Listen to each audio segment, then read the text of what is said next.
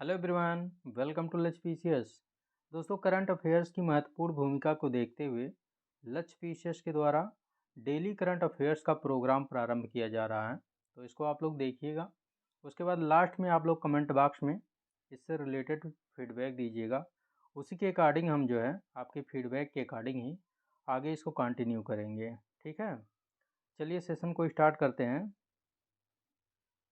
देखिए, 58वां ज्ञानपीठ पुरस्कार 2023 इसकी घोषणा की गई है। तो 17 फरवरी को यानी कि कल 58वें ज्ञानपीठ पुरस्कार 2023 की घोषणा की गई है। यह घोषणा ज्ञानपीठ चयन समिति के द्वारा की गई है। इससे किसको सम्मानित किया गया है तो याद रखिएगा, रामचंद्र भद्राचार्य और गुलजार को इससे सम्मानित किया गया है। तो इनका नाम क्या है? दोनों लोगों का नाम याद रखिएगा, काफ़ी इम्पोर्टेंट है। रामचंद्र भद्राचार्य और गुलजार। गुलजार का मूल नाम क्या है? संपूर्ण सिंह कालरा है। यहाँ से भी क्वेश्चन पूछा जा सकता है। ठीक है, तो याद रखिएगा, गुलजार का मूल नाम क्या है? संपूर्ण सिंह कालरा। रामचंद्र भद्राचार्य को संस्कृत के लिए और गुलजार को उर्दू के लिए यह पुरस्कार प्रदान किया गया है। रामचंद्र भद्राचार्य संस्कृत विद्वान हैं और गुलजार गीतकार और उर्दू कवि हैं। ठीक है, तो संस्कृत भाषा को यह पुरस्कार दूसरी बार और उर्दू भाषा को 5वीं बार प्रदान किया जाएगा। ठीक है, गुलजार जी के बारे में कुछ विशेष देख लेते हैं। तो देखिए, गुलजार जी को 2002 में साहित्य अकादमी पुरस्कार प्रदान किया गया है। ठीक है, और 2004 में पद्म भूषण पुरस्कार प्रदान किया गया है और 2013 में इन्हें दादा साहब फाल्के पुरस्कार से सम्मानित किया गया था। ठीक है, देखिए यहाँ से भी क्वेश्चन पूछा जा सकता है कि 57वां ज्ञानपीठ पुरस्कार 2022 किसे प्रदान किया गया था। तो याद रखिएगा, प्रसिद्ध कोंकणी लेखक दामोदर मौजो को प्रदान किया गया था। किस उपन्यास के लिए? तो याद रखिएगा, कार्मेलिन के लिए। ठीक है, उपन्यास का नाम याद रखिएगा, कार्मेलिन। ठीक है, इस पुरस्कार में 11 लाख रुपए की राशि, वाग्देवी की प्रतिमा और प्रशस्ति पत्र प्रदान किया जाता है। यह देश का सर्वोच्च साहित्य सम्मान है। तो याद रखिएगा, ज्ञानपीठ पुरस्कार देश का सर्वोच्च साहित्य सम्मान है। चलिए आगे बढ़ते हैं। देखिए, ये काफ़ी इम्पोर्टेंट है। इनसेट 3DS उपग्रह, इसको जो है 17 फरवरी को इसरो के द्वारा जो है लॉन्च किया गया है। इसरो की बात करें तो इसके वर्तमान अध्यक्ष कौन है? एस सोमनाथ हैं। और इसरो की स्थापना कब की गई थी? तो याद रखिएगा, 15 अगस्त 1969 में की गई थी। और इसका मुख्यालय कहाँ है?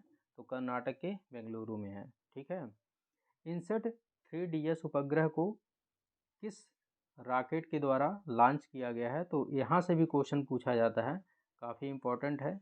GSLV-F14। ठीक है, इसका नाम याद रखिएगा रॉकेट का, GSLV-F14। इसको आंध्र प्रदेश के श्रीहरिकोटा के सतीश धवन अंतरिक्ष केंद्र से लॉन्च किया गया है। ठीक है, यह एक जो है मौसम संबंधी उपग्रह है। इसका कार्य क्या है?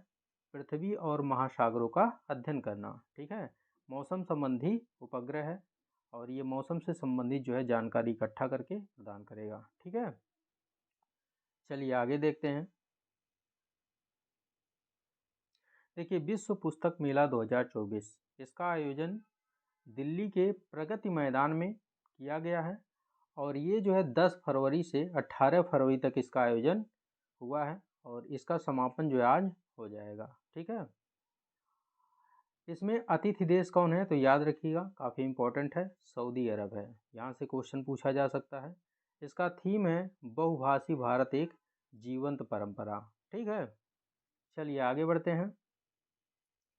देखिए, डेमोक्रेसी इंडेक्स 2023 जारी कर दिया गया है, यानी कि लोकतंत्र सूचकांक 2023। इसको किसने जारी किया है? तो याद रखिएगा, इकोनॉमिस्ट इंटेलिजेंस यूनिट ने जारी किया है।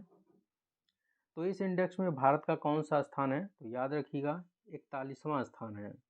और 2022 में कौन सा स्थान था? 46वां स्थान था।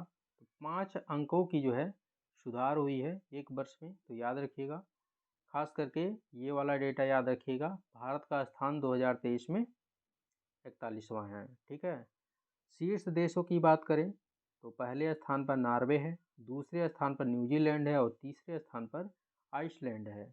सबसे निचले पायदान पर कौन है? तो याद रखिएगा उत्तरी कोरिया है। ठीक है, सबसे निचले पायदान पर उत्तरी कोरिया है।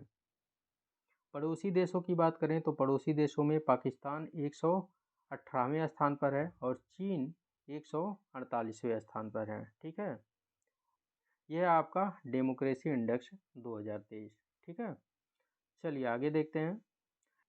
देखिए ग्रीन हाइड्रोजन, देखिए इससे संबंधित एक जो है पायलट प्रोजेक्ट जो है शुरू करने हेतु दिशा निर्देश जारी किया गया है। यह दिशा निर्देश किसके द्वारा जारी किया गया है? तो याद रखिएगा नवीन एवं नवीकरणीय ऊर्जा मंत्रालय के द्वारा।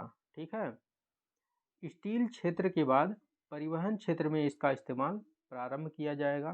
ठीक है, तो ये वाला डेटा याद रखिएगा 2030 तक 50 लाख टन ग्रीन हाइड्रोजन उत्पादन का लक्ष्य रखा गया है। ठीक है, तो इसको याद रखिएगा कितना टन? 50 लाख टन। कब तक? 2030 तक ग्रीन हाइड्रोजन के उत्पादन का लक्ष्य भारत सरकार के द्वारा रखा गया है। चलिए आगे बढ़ते हैं। देखिए एशियाई इंडोर एथलेटिक्स चैंपियनशिप, इसका आयोजन कहाँ पर किया जा रहा है? तो ईरान के तेहरान में किया जा रहा है और पहले दिन भारत ने 3 स्वर्ण पदक जीता है। ठीक है, तो किसने किसने जीता है? तो याद रखिएगा तजिंदर पाल सिंह तूर ने गोला फेंक में, ज्योति यारा जी धाविका हैं, इन्होंने जो है दूसरा स्वर्ण पदक जीता है और तीसरा स्वर्ण पदक हरमिलन बैंस जो कि धाविका हैं। ठीक है, तो ये जो है 18 फरवरी का करंट अफेयर है, परीक्षा के दृष्टिकोण से अति महत्वपूर्ण है। तो अपना अपना फीडबैक आप लोग कमेंट बॉक्स में दीजिएगा कि आपको ये सेशन कैसा लगा, उसी के अकॉर्डिंग इसको कंटिन्यू किया जाएगा। ठीक है, मिलते हैं नेक्स्ट वीडियो में, तब तक के लिए जय हिंद जय भारत।